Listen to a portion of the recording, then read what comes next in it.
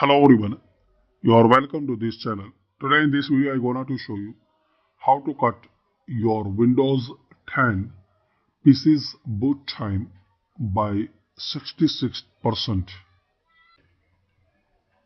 Now type here control panel in search box.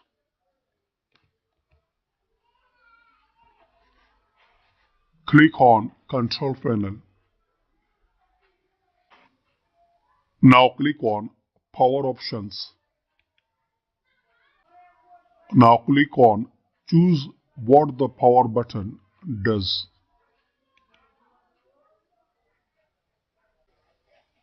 Now click on change settings that are currently unavailable. Now check this box. Turn on fast startup recommended. This helps start your PC faster after shutdown. Restart isn't affected. Now click on Save Changes. Now your PC will take advantage of the fast startup mode when you boot it up. I hope you like this video.